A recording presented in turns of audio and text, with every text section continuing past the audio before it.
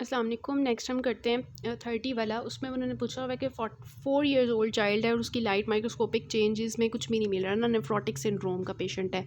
तो आपको पता है कि जो मिनिमल चेन डिजीज़ होती है उसमें ही हमारे पास कोई ऐसी एसेस जो है नहीं मिल रही होती ना, लाइट माइक्रोस्कोपिक चेंजेस, ठीक है। और जब हम इलेक्ट्रॉन माइक्रोस्कोप में देखते हैं फिर हमें फूड प्रोसेसेस की इन्वेस्टमेंट मिलती है। तो ये इसका आंसर क्या होगा कि इसमें कोई इम्यूनोग्लोबुलिन्स की डिपोजिशन नहीं होती, ठीक है। आपको अगर टेबल 14.2 अगर आप खोल के देखें ना, 556 पेज ऑफ योर रॉबिन्स, तो वहाँ पे इन्होंने फ्लोरेसेंस माइक्रोस्कोपी में लिखा हुआ है कि हमें बिल्कुल नेगेटिव मिलता है मिनिमल चेन डिजीज़ में, ठीक है। तो absence of C3 and immunoglobulin deposits. फिर जो autosomal recessive polycystic kidney disease होती है उसमें एक्चुअली क्या होता है कि आपको जो है ये बच्चों में ज़्यादा कॉमन होती है, और ये जो प्रॉक्सिमल कॉन्वुलेटेड ट्यूब्यूल होती है उसमें ज़्यादातर आपको इसके सिस्ट मिल रहे होते हैं, ठीक है। फिर होता है granular deposits of the IgM C3 in the mesangium and along the basement membrane in the immunofluorescence occur in. तो इन्होंने ये पूछा हुआ है कि हमारे पास वो कौन सी ऐसी डिजीज़ है जिसमें बेसमेंट मेम्ब्रेन, ठीक है, बेसमेंट मेम्ब्रेन के अलोंग आपको क्या मिल रहा है, आपको IgG मिल रही है, ठीक है। Means that you are having the basement membrane, और उसके ऊपर आपको बेसमेंट मेम्ब्रेन के अलोंग IgG मिल रही है, IgM मिल रही है और C3 कॉम्प्लीमेंट मिल रहा है अलोंग विद द मेसेंजियम, ठीक है। मेसेंजियम के ऊपर भी आपको ये सारी चीज़ें मिल रही हैं, ठीक है। तो अब इसके लिए आपने वही टेबल देखना है 14.2 वाला। तो इसमें सबसे पहले देखें minimal change disease. Minimal change disease में फ्लोरेसेंस माइक्रोस्कोपी नेगेटिव है, ठीक है। फोकल सेगमेंटल में भी यूजुअली नेगेटिव ही होती है, लेकिन वहाँ पे हमें C3 IgM कभी कभार मिलती है, ठीक है, और स्कारिंग मिल रही होती है। उसके बाद आता है मेम्ब्रेनस नेफ्रोपैथी। मेम्ब्रेनस नेफ्रोपैथी में देखें आपको जो ग्लोमेरुलर बेसमेंट मेम्ब्रेन है उसके अलोंग सिर्फ आपको ग्रेनुलर IgG और C3 मिल रहा है, ठीक है। उसके अलोंग सिर्फ मिल रहा है, मींस बेसमेंट मेम्ब्रेन के अलोंग मिल रहा है, मेसेंजियम के अगेंस्ट नहीं मिल रहा, ठीक है। फिर मेम्ब्रेनो प्रोलिफरेटिव में देखें उसमें आपको IgG C3 C4 ये सब कुछ बेसमेंट मेम्ब्रेन और मेसेंजियम के अगेंस्ट मिल रहा है, ठीक है, और C1 भी है। फिर आता है C3 ग्लोमेरुलोपैथी, उसमें तो आपको सिर्फ C3 मिल रहा है। Acute post infectious glomerulonephritis means that के जो पोस्ट स्ट्रेप्टोकोकल मोस्टली उसमें क्या होता है आपको ग्लोमेरुलर बेसमेंट मेम्ब्रेन और मेसेंजियम दोनों के अगेंस्ट क्या मिल रही है, IgG और C3 मिल रही है। IgA नेफ्रोपैथी में तो मोस्टली आपको IgA मिलती है ना। और एंटी GBM में क्या होता है कि आपको लीनियर फ्लोरेसेंस मिलती है, उसमें तो मिलती ही नहीं है ग्रैनुलर, ठीक है। और पॉसी इम्यून जो होता है उसमें हमें हमें कोई इस तरह की इम्यून सिस्टम मिलता ही नहीं है, उसमें हमें जस्ट फाइब्रिन और क्रीसेंट की फॉर्म में मिल रहा होता है, ठीक है। तो यहाँ से अगर आप देखें ना तो हम इसको सबको एक्सक्लूड करते हैं अब, ठीक है। एक्सक्लूड कैसे करना है हमने, ये थोड़ा सा ना ख़राब हुआ है। अच्छा, ग्रेनुलर डिपॉजिट्स इसके मिल रहे हैं बेसमेंट मेम्ब्रेन और जो है ना मेसेंजियम के अगेंस्ट। तो क्रीसेंटेरिक ग्लोमेरुलोनेफ्राइटिस में तो हमें ज़्यादातर क्रीसेंट्स मिलते हैं ना, इस तरह की चीज़ें हमें एसच नहीं मिल रही थी। नेफ्रोटिक सिंड्रोम में भी एज अ होल अगर हम देखें तो हमें एसच इस तरह की चीज़ें नहीं मिल रही, ठीक है। एज अ होल उन्होंने कहा है ना, कोई नाम स्पेसिफिक नहीं लिया। और उसके बाद उन्होंने कहा है कि फोकल सेगमेंटल ग्लोमेरुलर इसमें तो हमें कभी कभार मिलता है, मतलब यूजुअली, हमेशा नहीं। और जो है वो स्कारिंग मिल रही होती है। और मेम्ब्रेनस जो होता है इसमें हमें सिर्फ ग्लोमेरुलर बेसमेंट मेम्ब्रेन के ऊपर इम्यून कॉम्प्लेक्स की डिपोजिशन मिलती है IgG और C3 की।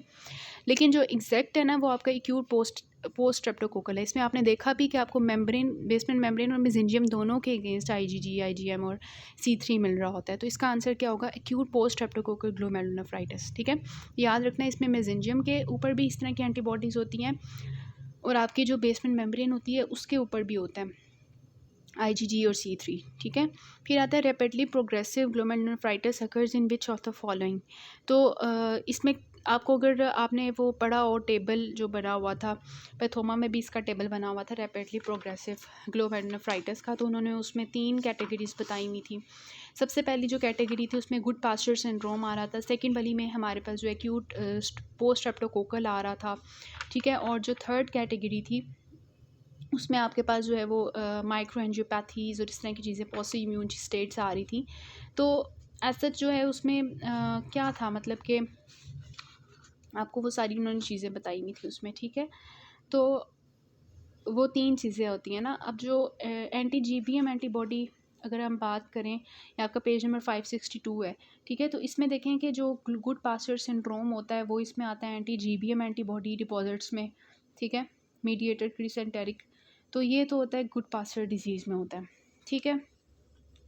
फिर जो इम्यून कॉम्प्लेक्स वाला क्रिसेंटेरिक होता है, उसमें देखें ज़रा कौन कौन से ऑर्गेनिजम्स आ रहे हैं। Post streptococcal glomerulonephritis page number मैंने आपको बता दिया है 562 है, ठीक है। पोस्ट स्ट्रेप्टोकोकल ग्लोमेरुलोनेफ्राइटिस इसमें आ जाता है, SLE आ जाती है, IgA नेफ्रोपैथी और हिनोक्शॉनलिन पर्बरा, ये सारे जो होते हैं इसमें आ रहे होते हैं। और जो पॉसी इम्यून होती है, there we have the 3 things जो मेरे यहाँ से लिखी हुई, these are the micro angiopathy, ठीक है, माइक्रो एंजियोपैथी होती है इसमें। और इसके अलावा इसमें जो है वो होता है वेबर ग्रैनुलोमेटोसिस, ठीक है, वैगनार ग्रैनुलोमेटोसिस, और चर्क स्ट्रॉस सिंड्रोम होता है इसमें, ठीक है। तो इसमें ये थी सारी कैटेगरी आ जाती हैं। तो post streptococcal post infectious glomerulonephritis हमने दूसरी कैटेगरी देखी थी, इम्यून कॉम्प्लेक्स मीडिएटेड। SLE भी हमने दूसरी कैटेगरी में देखा। गुड पास्चर सिंड्रोम में भी हमने दूसरी कैटेगरी में देखा। पोलियोट्राइटिस नोडोजा जो होता है ये भी SHR होता है, पोस्ट इम्यून जो उसकी टाइप होती है ना, वेस्कुलाइटिस वाली टाइप होती है। इसमें एक्चुअली हम इसको इस तरह से कंसिडर करते हैं कि इसमें जो है वो पोलियोट्राइटिस नोडोजा में भी इस तरह की एंटीबॉडीज़ जो होती हैं वो बन रही होती हैं, ठीक है। हेपेटाइटिस B में मोस्टली B के बाद इसका इन्फेक्शन हो जाता है, तो ये सारी इसमें आ रही होती हैं। Which of the following DN usually presents as discrete freely mobile nodule in the breast. तो जब भी आपका नाम है ना बहुत ईजीली मूव कर रहा है, हिल रहा है, तो ये हमेशा फाइब्रोएडिनोमा होता है, ठीक है। इट इज़ फ्रीली मोबाइल, ठीक है। फिर होता है bleeding from the nipple in the 45 years old women without a palpable breast mass, ठीक है। तो ब्लीडिंग हो रही है, तो मैंने आपको बताया था कि जो इंट्राडक्टल पेपिलोमा होता है ना उसमें ब्लीडिंग हो रही होती है, ठीक है। किस तरह से कि these are actually the ducts, ठीक है, और उसमें we have the papillary projections, ठीक है, और उनका क्या होता है फाइब्रोवैस्कुलर कोर होता है, ठीक है।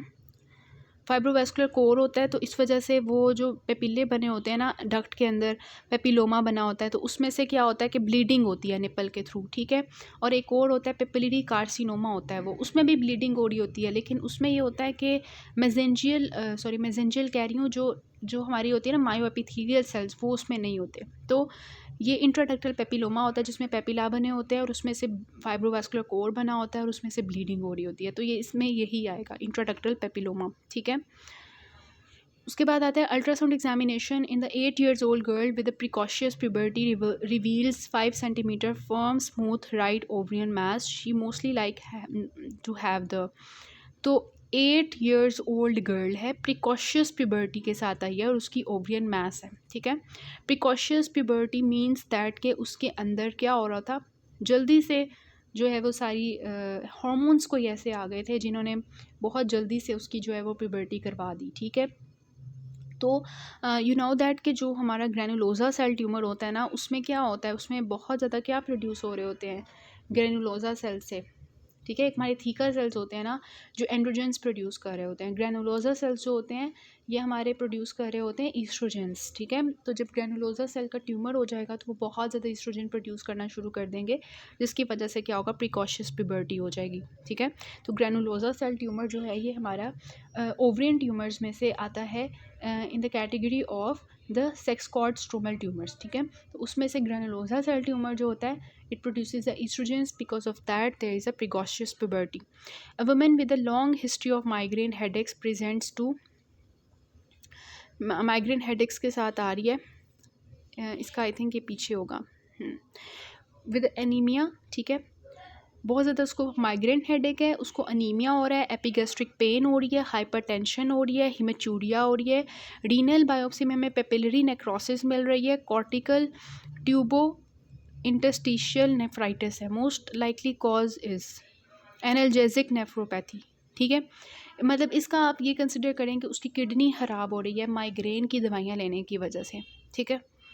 तो उसकी वजह से उसको किडनी ख़राब हो गई है, तो ऑब्वियसली उसको जो है अनीमिया, एपिगैस्ट्रिक पेन, हाइपरटेंशन, ठीक है, मतलब कि एसोसिएटेड दवाइयों के साइड इफ़ेक्ट्स आ रहे हैं जो वो ले रही थी, ठीक है। तो वो कौन सी दवाइयाँ ले रही थी, वो एनाल्जेसिक्स ले रही थी, ठीक है। एनाल्जेसिक नेफ्रोपैथी होगी इसको। Risk factors for the development of bladder carcinoma includes all except, तो ब्लैडर कार्सिनोमा जो होता है वो सिगरेट स्मोकिंग की वजह से होता है, इंडस्ट्रियल एक्सपोजर्स की वजह से होता है, शिस्टोसोमिया जो हमने पीछे पढ़ा था उसको एमएस कार्सिनोमा करवा रहा होता है, ठीक है। और long term use of analgesics की वजह से, जिसमें हमने देखा था कि जो मोस्टली एनाल्जेसिक्स होती हैं, ठीक है, जो पेशेंट्स ले रहे होते हैं उनकी वजह से होता है, ठीक है। और साइक्लोफॉस्फामाइड भी एक ड्रग थी जिसकी वजह से हो रहा था। प्रोस्टेटिक हाइपरप्लेजिया की वजह से कैसे कैंसर हो गया ब्लैडर का, तो नहीं होगा ना। अच्छा, hyperplastic growth that characterizes the benign prostatic hyperplasia occurs in which of the following anatomical zone. तो आपको पता है कि जो हमारा बिनाइन प्रोस्टेटिक कार्सिनोमा हाइपरप्लेजिया होता है that is actually in the transitional zone. इसके साथ ही वो दूसरा एमसीक्यू ये पूछ सकते हैं कि कौन सी लोब इन्वॉल्व होती है, तो उसमें जो हमारी होती है ना मीडियन लोब, ठीक है, वो इन्वॉल्व होती है, ठीक है, प्रोस्टेटिक हाइपरप्लेजिया में। इसी के साथ जो हम प्रोस्टेटिक कार्सिनोमा की बात करें तो प्रोस्टेटिक कार्सिनोमा जो होता है वो पेरिफेरल जोन में हो रहा होता है, और उसमें जो लोब इन्वॉल्व होता है वो पोस्टीरियर लोब होता है, ठीक है। पेरिफेरल जोन में पोस्टीरियर लोब इन्वॉल्व करता है, पीपी, ठीक है। और ट्रांजिशनल जोन जो होता है बिनाइन प्रोस्टेटिक हाइपरप्लेजिया में होता है, और मीडियम लोब इन्वॉल्व कर रहा होता है, ठीक है। Most common site for the endometriosis is ovary, ठीक है। Anovulatory cycles is characterised by excessive and prolonged oestrogen stimulation. क्या होता है एनोवुलेटरी साइकिल्स में? Prolonged progesterone, decreased oestrogen, endometrial hypertrophy, secretory endometrium. तो एनोवुलेटरी साइकिल्स में क्या होता है, you know that anovulatory cycles में क्या होता है, एल जो हमारा होता है ना, जो होता है एल, क्या उसको कहते हैं, एल एच, ठीक है, वो ज़्यादा हो जाता है, एल एच ज़्यादा होता है, उसके रिज़ल्ट में एंड्रोजन ज़्यादा होते हैं। एंड्रोजन जो होते हैं वो ईस्ट्रोजन ज़्यादा बनाते हैं, ईस्ट्रोजन ज़्यादा होते हैं तो हमारी जो होती हैं आपकी जो एफएसएच होता है उसके फीडबैक से कम हो जाता है, ईस्ट्रोजन ज़्यादा होने की वजह से एफएसएच कम होता है, तो ओवरीज जो होते हैं उनकी जो सेल्स होते हैं ओसाइट्स होते हैं उनकी डेवलपमेंट नहीं होती, एग की डेवलपमेंट नहीं होती, जिसकी वजह से एनओवुलेटरी साइकिल्स होते हैं, ठीक है।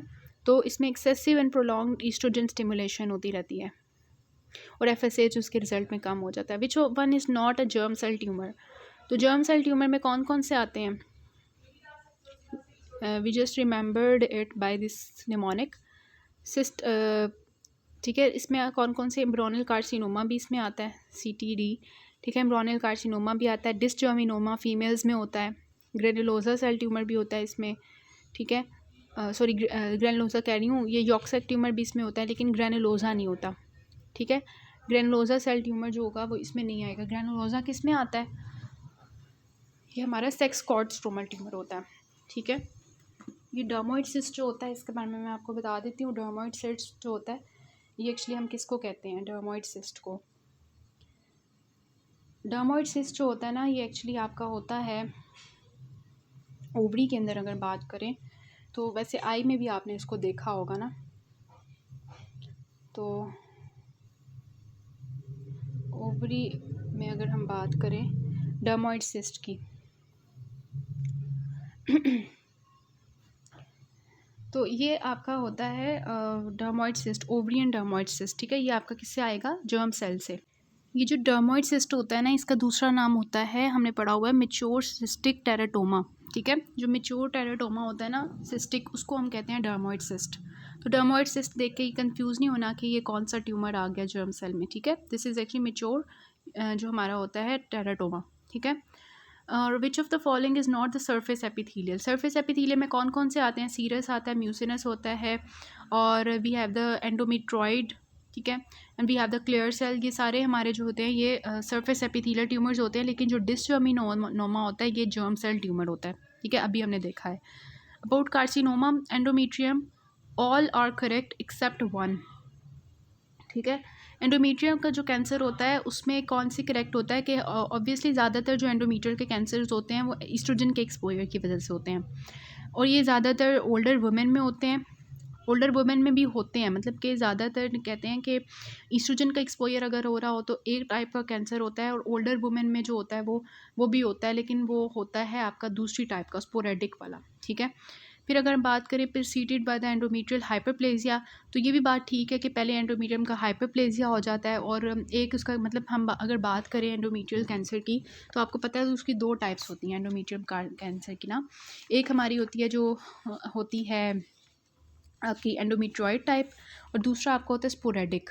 ठीक है, जो आपका एंडोमेट्रॉयड टाइप होता है और स्पोरेडिक होता है। एंडोमेट्रॉयड में आपके पास जो है वो ज़्यादातर 60 ईयर्स तक होता है, एंडोमेट्रॉयड टाइप का होता है, और ईस्ट्रोजन की एक्सपोजर की वजह से होता है। और दूसरा जो होता है आपका स्पोरेडिक, ठीक है, उसमें हमने याद किया था कि ज़्यादातर इसमें सीरस कार्सिनोमाज आ जाते हैं, जो कि आपके 70 ईयर्स के बाद होते हैं, और ये वैसे कम होते हैं, लेकिन ये है कि सीरस होंगे। इसमें P53 की म्यूटेशन आती है, पेपिले सेमोमा बॉडीज़ मिल रही होती हैं हमें। ठीक है, तो ये उस कैटेगरी में आ जाता है ओल्डर वुमेन स्पोरेडिक वाले में। एंडोमेट्रियल हाइपरप्लेसिया होता है तो हमारा एंडोमेट्रॉयड टाइप ऑफ कैंसर होता है। ठीक है, और ओवरियन ट्यूमर्स के साथ ये एसोसिएटेड हो सकता है। जैसे हमने देखा था कि जो सरफेस एपिथेलियल ट्यूमर्स होती हैं एंडोमेट्रॉयड टाइप, ठीक है, वो ओवरियन ट्यूमर की कैटेगरी में आता है। प्रोजेस्टेरॉन तो इसमें कोई रोल प्ले नहीं करता इसके कैंसर में, तो ईजी को आंसर था इसका। स्टेज 2 कार्सिनोमा सर्विक्स जो होता है, इसमें हमारे पास क्या होता है स्टेज 2। स्टेज 1 क्या होगी, जो सर्विक्स तक रहेगा। ठीक है, सर्विक्स तक रहेगा स्टेज 1। ठीक है, सर्विक्स, और फिर जो है स्टेज 2 क्या होगा कि वो सर्विक्स जो है उससे थोड़ा सा नीचे चले जाएगा, मींस जो वेजाइना का अपर थोड़ा सा पार्ट होगा उसको इन्वॉल्व कर लेगा। फिर स्टेज 3 जो होगा उसमें वो वेजाइना के लोअर पार्ट में भी चला जाएगा और थोड़ा सा इर्द गिर्द स्प्रेड कर जाएगा, और स्टेज 4 में वो इर्द गिर्द मेटास्टाइज कर देगा ब्लैडर की तरफ, रेक्टम की तरफ, इस तरह से ना। तो अब जो कार्सिनोमा लिमिटेड होता है सर्विक्स तक, वो स्टेज 1 का होता है। जो पेल्विक वॉल तक चला जाता है उसको हम थोड़ी कंसिडर करते हैं स्टेज 3 तक ना। और लोअर थर्ड ऑफ वेजाइना जो होता है ये भी आपका स्टेज 3 में जाके होता है। और बियॉन्ड सर्विक्स जो होता है ये आपका ब्लैडर इज़ इन्वॉल्व, ये भी आपका स्टेज 3 में होगा। ग्रोथ एक्सटेंड्स बियॉन्ड सर्विक्स, हाँ ये ठीक है कि सर्विक्स से थोड़ा सा मतलब बियॉन्ड चला गया है, तो ये आपका थोड़ा सा विजाइना की तरफ कह रहे हैं कि सर्विक्स से थोड़ा सा बियॉन्ड है। ठीक है, मीन्स कि वो विजाइना की तरफ जा रहा है, बाकी ऐसा नहीं हो रहे। लेकिन स्टेज 2 कार्सिनोमा जो होता है ना, इसमें विजाइना की जो अपर पार्ट होता है ना वो इन्वॉल्व होता है, तो वो थोड़ा सा ये बताना चाह रहे हैं कि ग्रोथ जो है वो सर्विक्स से थोड़ा सा बियॉन्ड चला गया। ठीक है, a patient on oral contraceptives oestrogen will have the increase risk of all except. तो ईस्ट्रोजन जो है ब्रेस्ट कार्सिनोमा करवा सकता है। ईस्ट्रोजन जो है वो कौन कौन से कैंसर करवा सकता है, ब्रेस्ट कार्सिनोमा तो करवा सकता है, एंडोमेट्रियल हाइपरप्लेजिया भी करवा सकता है ईस्ट्रोजन। ठीक है, ईस्ट्रोजन जो है वो एंडोमेट्रियल कार्सिनोमा भी करवा सकता है, थ्रोम्बोएम्बोलिज्म भी ईस्ट्रोजन करवा सकता है अगर ज़्यादा यूज़ किया जाए, लेकिन ये विजाइनल कार्सिनोमा नहीं करवाता। ठीक है, ईस्ट्रोजन हमने कहीं भी नहीं पढ़ा कि विजाइनल कार्सिनोमा जो है वो ईस्ट्रोजन करवाता है। विजाइनल कार्सिनोमा में आपको पता है कि वो हमारी वैसे तो ज़्यादा जो ह्यूमन पेपिलोमा वायरस होता है ना वो इन्वॉल्व होता है मोस्टली उसके अंदर। Which of the following lesion of the breast is pre cancerous. Pre cancerous कौन सा होगा, गलेक्टोसील नहीं, एडिनोमा नेपल नहीं, फाइब्रो एडिनोमा तो होता ही बिनाइन, नहीं तो जाता ही है कैंसर की तरफ, और एब्सेस अगर बन गई हो तो वो कैसे कैंसर बन सकती है। लेकिन ए टिपिकल हाइपरप्लेजिया जो होता है हमने देखा था कि इसमें डिफरेंट होता है कि अगर आपका एडिनोसिस हो रही है, ए टिपिकल हाइपरप्लेजिया हो रहा है, ए टिपिकल हाइपरप्लेजिया में आपका जो है 5 टाइप जो है वो रिस्क बढ़ जाता है कैंसर का। ठीक है, तो ये हमने जो है वो पढ़ा था इन केस ऑफ ब्रेस्ट जो पैथोलॉजी थी उसमें। अगर हम बात करें ब्रेस्ट पैथोलॉजी की तो उसमें हमने देखा था इसके बारे में। ठीक है, और उसमें ये था कि जो ये होता है ना ए टिपिकल स्टेट, उसमें 5 टाइम्स रिस्क हो जाता है ब्रेस्ट कैंसर का। ठीक है, पेजेस जो है ना वो मैं आपको पेज बता देती हूँ इसका कि कौन सा पेज है जहाँ पे ये लिखा हुआ है। तो it is on the page number, थोड़ा सा पॉज कर ले, page number 172 of your book Pathoma. ठीक है, जहाँ पे लिखा हुआ है कि फाइब्रोसिस्टिक चेंजेस में अगर आपको डक्टल हाइपरप्लेजिया या स्क्लेरोजिंग एडिनोसिस मिलती है तो उसमें आपके पास 2 टाइम्स इंक्रीज रिस्क होता है। ठीक है, लेकिन अगर आपको एटिपिकल हाइपरप्लेजिया मिलता है तो 5 टाइम्स इंक्रीज रिस्क होता है ब्रेस्ट कैंसर का। ठीक है, which one of the following is most common site for endometriosis. तो ये ओवरी होगी। ठीक है, फ्लोपियन ट्यूब नहीं होगी, ये आपकी ओवरी होगी, इन्होंने गलत लिखा हुआ है ये। फिर होता है which one of the following is germ cell tumour of the ovary. तो जर्म सेल ट्यूमर कौन सा होता है, एंडोमेट्रॉइड जो होता है ये आपका सरफेस एपिथेलियल होता है। ठीक है, और इसके अलावा ग्रेनुलोसा सेल ट्यूमर जो होता है, और आपका ब्रेनर ट्यूमर। ठीक है, ग्रेनुलोसा जो होता है ये आपका सेक्स कॉर्ड स्ट्रोमल में आता है, ब्रेनर जो होता है ये आपका जो है सरफेस एपिथेलियल में आता है। ठीक है, और फाइब्रोमा जो होता है ना एज सच ये भी आपका उसी में जा रहा होता है, उसी कैटेगरी में जिसमें आपका जो है वो सेक्स कॉर्ड स्ट्रोमल ट्यूमर्स में।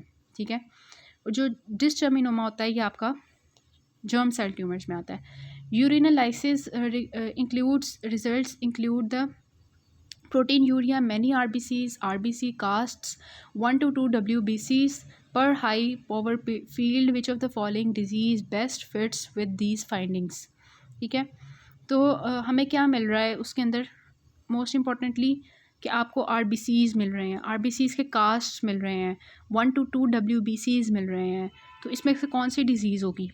आपकी कोई ऐसी डिज़ीज़ होगी ना जो कि नेफ्राइटिक सिंड्रोम में आ रही होगी, ठीक है। और ये RBC कास्ट मिल रहे हैं आपको, ठीक है। तो इन्होंने इसका एक्यूट पोस्ट स्ट्रेप्टोकोकल ग्लोमेरुलोनेफ्राइटिस लगाया हुआ है।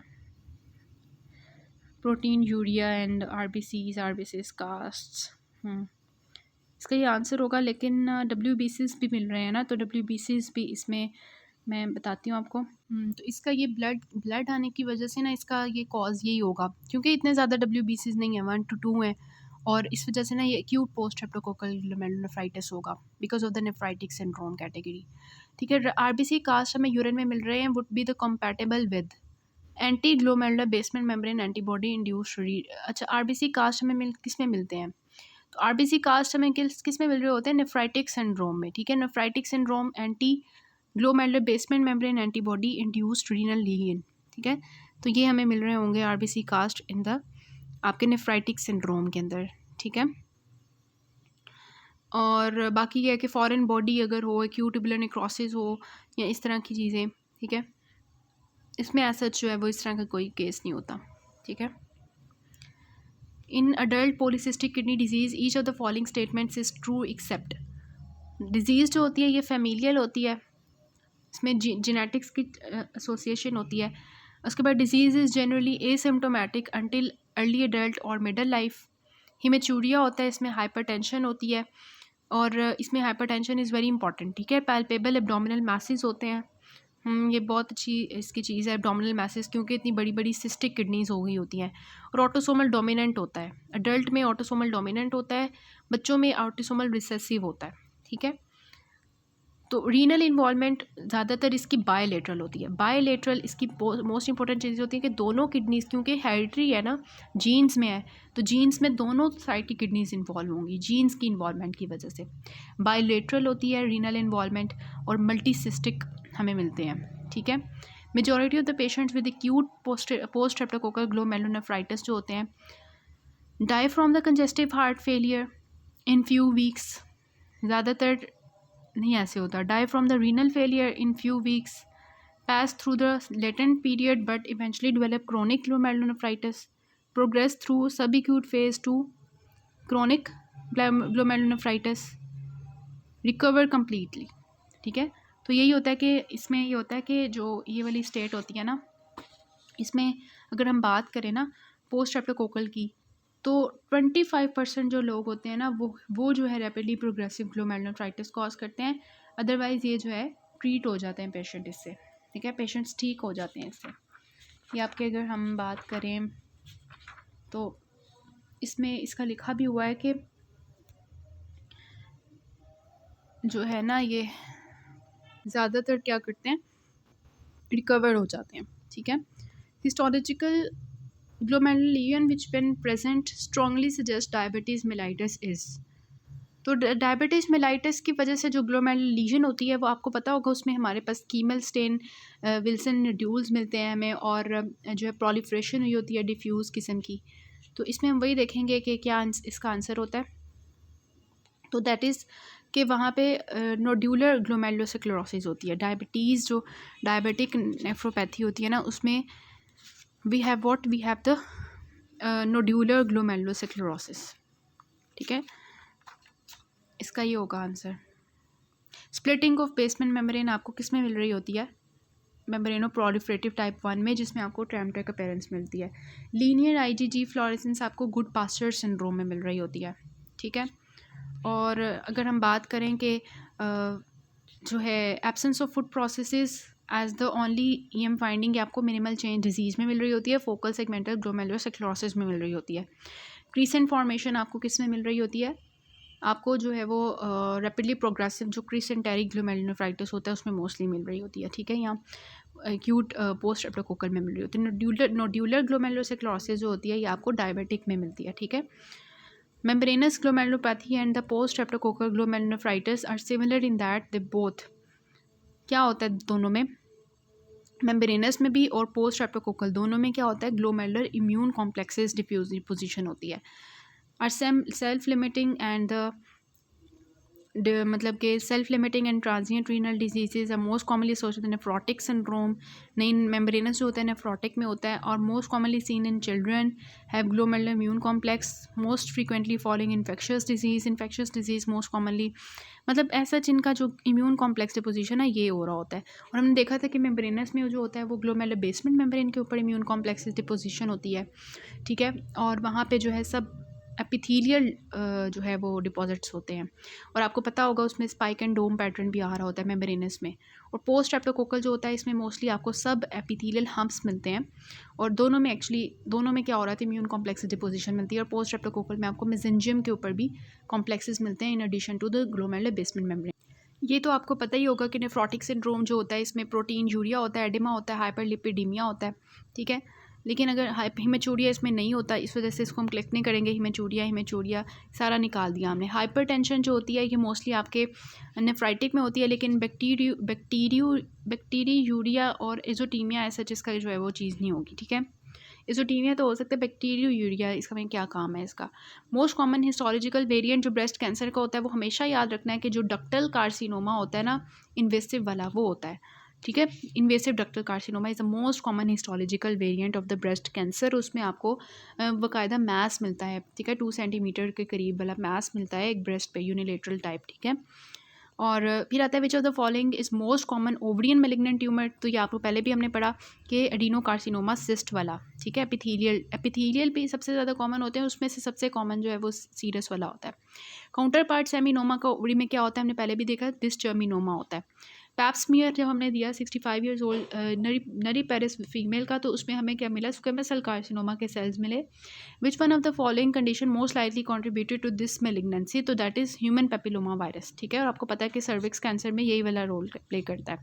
Most common malignant tumour testis का कौन सा होता है, सेमिनोमा होता है, ठीक है। Seminoma is the most common, लेकिन ये होता है इसका प्रोग्नोसिस अच्छा होता है, ये इतना स्प्रेड नहीं करता, और ये कि हम इसको रेडियो सेंसिटिव होता है, ट्रीट भी जल्दी हो जाता है, लेकिन होता है कि मोस्ट कॉमन आपका सेमिनोमाज होते हैं। नॉन सेमिनोमाज आपके जो है इतने कॉमन नहीं होते एज़ कम्पेयर टू सेमिनोमास, ठीक है। Which of the following tumour marker is routinely perform the patients with prostatic carcinoma, तो that is prostatic specific antigen. और आपको पता है कि वैसे तो ये प्रोस्टेटिक स्पेसिफिक एंटीजन जो होती है 2 to 2.5 सेंटीमीटर, मतलब इसका नॉर्मल वैल्यू होती है, इससे अगर कम हो, लेकिन अगर आपकी जो है जा रही है 10 तक, ठीक है, तो आपको थोड़ा सा शक होता है कि इसको प्रोस्टेटिक कार्सिनोमा है, लेकिन 10 से ज़्यादा हो जाए तो आप पक्का श्योर करते हैं कि ये प्रोस्टेटिक कार्सिनोमा होता है। तो प्रोस्टेटिक स्पेसिफिक एंटीजन जो होती है ये इन रिस्पॉन्स टू, अगर आपके प्रोस्टेटिक ग्लैंड्स जो है ना वो ज़्यादा हो जाए तो फिर ये ज़्यादा रिलीज़ होना शुरू हो जाता है, ठीक है। तो ये आपका होता है। अल्फा फीटोप्रोटीन आपको याद होगी कि ये आपकी जो है वो अल्फा फीटोप्रोटीन जॉक्सेक में भी होती है, और इसके अलावा जो है ना ये आपकी उसमें होती है हेपेटोसेलुलर कार्सिनोमा में, ठीक है। All of the following tumours can originate from germ cells में से कौन से राइज करते हैं। अब आपकी ये बात होने लगी है जो आपके हैं मेल ट्यूमर्स, ठीक है। मेल के जो टेस्टिस के ट्यूमर्स होते हैं, मेल के जो टेस्टिस के ट्यूमर्स होते हैं उनमें एपिथेलियल सेल ट्यूमर्स तो होती नहीं है, दो तरह के होते हैं, जर्म सेल होते हैं या सेक्स कॉर्ड स्ट्रोमल ट्यूमर्स होते हैं, ठीक है। अब जर्म सेल ट्यूमर्स में वी हैव द सेमिनोमाज, ठीक है, सेमिनोमाज होंगे, ठीक है। और इसके अलावा आपके होंगे जर्म सेल्स में नॉन सेमिनोमाज में आपके आ जाएंगे बाकी ये जो होंगे स्पर्मेटोसिटिक हो जाएंगे सेमिनोमाज, ठीक है। और आपके एम्ब्रियोनल कार्सिनोमास, टेराटोमास, लेकिन लेडिक सेल जो होंगे वो इन केस ऑफ फीमेल भी सेक्स कॉर्ड में आते हैं, क्योंकि होते ही मतलब इर्द गिर्द वाले हैं ना स्ट्रोमल ट्यूमर्स हैं, तो लेडिक सेल और दोनों में जो है लेडिक सेल जो होंगे ये सेक्स कॉर्ड ट्यूमर्स होंगे। तो उन्होंने पूछा जर्म सेल ट्यूमर्स इसमें से कौन सा नहीं है, तो लेडिक होगा, ठीक है। All of the following are true of the renal stones except, ठीक है। रीनल स्टोन्स जो होते हैं इसमें सबसे ज़्यादा मोस्ट कॉमन कैल्शियम ऑक्सलेट के होते हैं, ये बिल्कुल ठीक बात की है इन्होंने, ठीक है। प्रोटीयस के इन्फेक्शन की वजह से जो है वो स्टोन्स बन सकते हैं, हाँ बिल्कुल बन सकते हैं। और आपको पता है यूटीआईज के साथ कौन से स्टोन्स सबसे कॉमन होते हैं, स्ट्रूवाइट आपको याद है स्टैगहॉर्न कैल्कुलाई वाले, ठीक है, तो ये वो वाले अल्कलाइन इन्वायरमेंट में बनते हैं, यूडीएज ये रिलीज़ करता है, फिर उसमें से अमोनिया बनता है और फिर ये अल्कलाइन स्टोन्स बनाते हैं और ये यूटीआईज़ के साथ एसोसिएटेड होता है, इसकी मोस्ट इंपॉर्टेंट चीज़ होती है ये, ठीक है। ल्यूकीमिया की वजह से यूरिक एसिड स्टोन्स बनते हैं, आपको पता है उसमें हम जब कीमोथेरेपी दे रहे होते हैं तो सेल्स का टर्न ओवर हो रहा होता है, उसमें से यूरिक एसिड निकलता है और फिर वो स्टोन्स बनाना शुरू कर देता है, तो ये बात इन्होंने बिल्कुल ठीक बात की है। हाइपर कैल्सीमिया की वजह से रीनल स्टोन्स बन सकते हैं, हाँ बन सकते हैं, कैल्शियम स्टोन्स बनते हैं इसकी वजह से, लेकिन टॉम हॉर्सफॉल प्रोटीन जो होती है ये ऐसा जिसका रिलेशन नहीं होता। टॉम हॉर्सफॉल प्रोटीन जो होती है ये आपकी एक्चुअली होती है, हमने देखा था एक्यूट ट्यूबुलर नेक्रोसिस में, कि उसमें से जब कास्ट निकल रहे होते हैं यूरिन में से, यूरिन के अंदर आ रहे होते हैं ट्यूबुलर कास्ट होते हैं टॉम हॉर्सफॉल प्रोटीन के, तो वो एक्चुअली उसमें वो हमारी कैरेक्टरिस्टिक होती है ना, उसमें बहुत सी प्रोटीन्स होती हैं कास्ट में। एक्यूट ट्यूबुलर नेक्रोसिस जब हो रही होती है किडनी की, तो उसमें आपके पास जो है हीमोग्लोबिन आ रही होती है, मायोग्लोबिन आ रही होती है, या आपके पास जो है डिफरेंट प्रोटीन्स होती हैं, लाइक प्लाज्मा प्रोटीन्स होती हैं, ठीक है, और उसमें से एक टाइम हॉर्सफुल प्रोटीन होती है जो कि यूरिन में ग्लाइकोप्रोटीन आ रही होती है। नॉर्मली सेल्स इसको स्क्रीट कर रहे होते हैं, लेकिन जब इसके कास्ट बनना शुरू हो जाते हैं due to the epithelial cells जो होते हैं वो जब टूट रहे होते हैं तो उनमें से ये प्रोटीन आ रही होती है, तो ऐसा जिसका स्टोन फॉर्मेशन में कोई काम नहीं है। थायरॉयडाइजेशन जो होती है किस में होती है आपको याद है?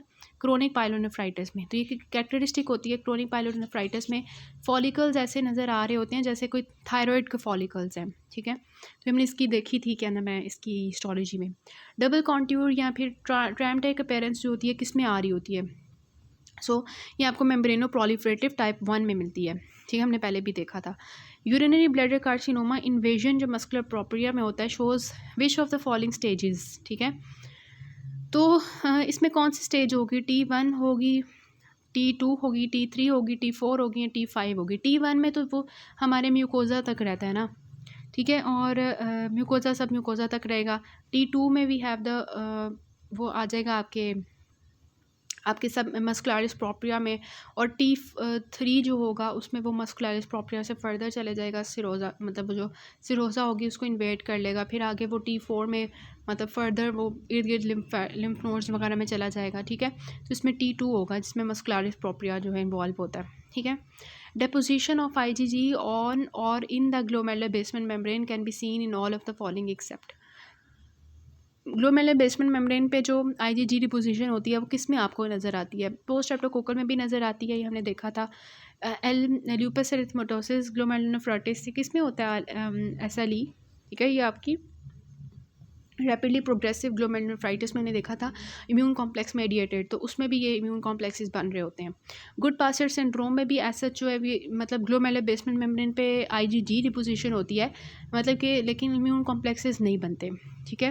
और मेम्ब्रेनस नेफ्रोपैथी में भी आपको जो है ये इम्यून कॉम्प्लेक्सेस मिल रहे होते हैं, लेकिन मिनिमल चेन डिजीज़ में आपको कोई इम्यून कॉम्प्लेक्सेस नहीं मिल रहे होते, तो ये इन्होंने सीधा सीधा आंसर लिखा हुआ है।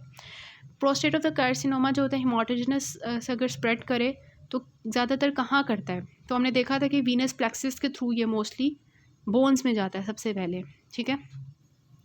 Most common testicular tumour in the infants and children up to the 3 years of as.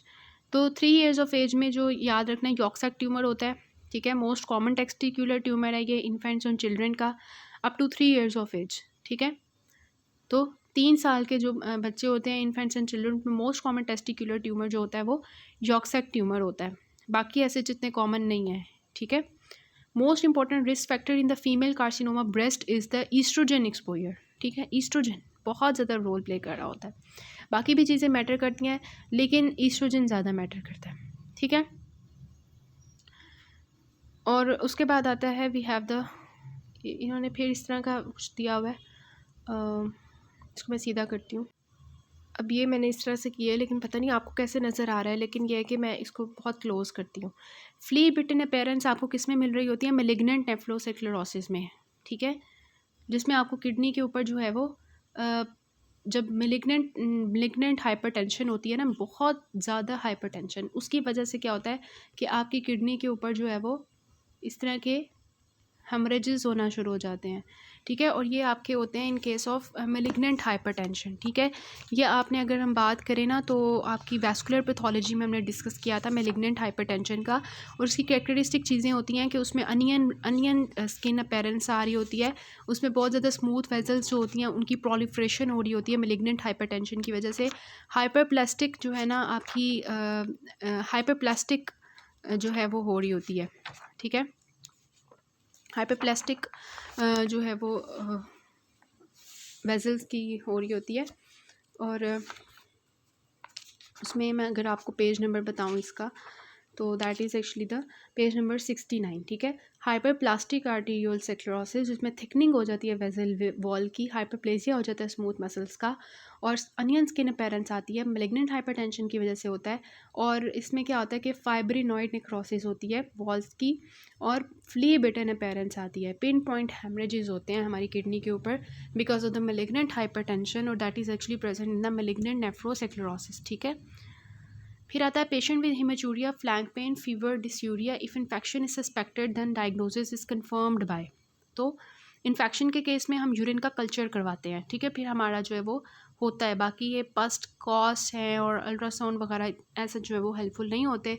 और पेशेंट जो है वो इन चीज़ों के साथ आ रहा है, haematuria, flank pain, fever, dysuria and infection अगर हम सस्पेक्ट कर रहे हैं तो हमें यूरिन कल्चर करवाना पड़ेगा। All of the following are true about the nephrotic syndrome except. Nephrotic जो सिंड्रोम होता है उसमें प्रोटीन यूरिया हो रहा होता है, एल्ब्यूमिन हाइपो एल्ब्यूमिनिया वो होता है, जनरलाइज्ड एडीमा होता है, और जो है हाइपरलिपिडीमिया, हाइपरकोलेस्ट्रोलीमिया होता है, लेकिन hypertension is characteristic of the nephritic. ठीक है, 50 years old male develops acute renal failure with dark urine 1 week after flu like illness। तो रीनल बायोप्सी में हमें क्या मिलेगा? ठीक है, तो ये आपकी जो है फ्लू के बाद हो रहा है ना, तो ये सम काइंड ऑफ इन्फेक्शन के बाद हो रहा है, तो that is post infectious glomerulonephritis. तो पोस्ट इन्फेक्शियस जो ग्लोमेरुलोनेफ्राइटिस होता है वो आपकी रैपिडली प्रोग्रेसिव ग्लोमेरुलोनेफ्राइटिस की कैटेगरी में आ रहा होता है, जिसमें आपको क्रीसेंट्स मिल रहे होते हैं। ठीक है, उसके बाद आता है all of the following are true of the membranoproliferative glomerulonephritis except. Prognosis जो होता है इसका पुअर होता है। ये हमने पहले भी आई थिंक डिस्कस किया था कि प्रोग्नोसिस इसका अच्छा नहीं होता, और जो है ये ज़्यादा कॉमन होता है। हाँ, ये हमने पहले डिस्कस कर लिया था। Biopsy of the malignant neoplasm in the urinary bladder, ये भी हमने पहले किया हुआ है। काउंटर पार्ट ऑफ सेमिनोमा, ये भी किया हुआ है। Most common malignant tumour of the testis, जो है ना हम नेक्स्ट पार्ट से करते हैं इसको।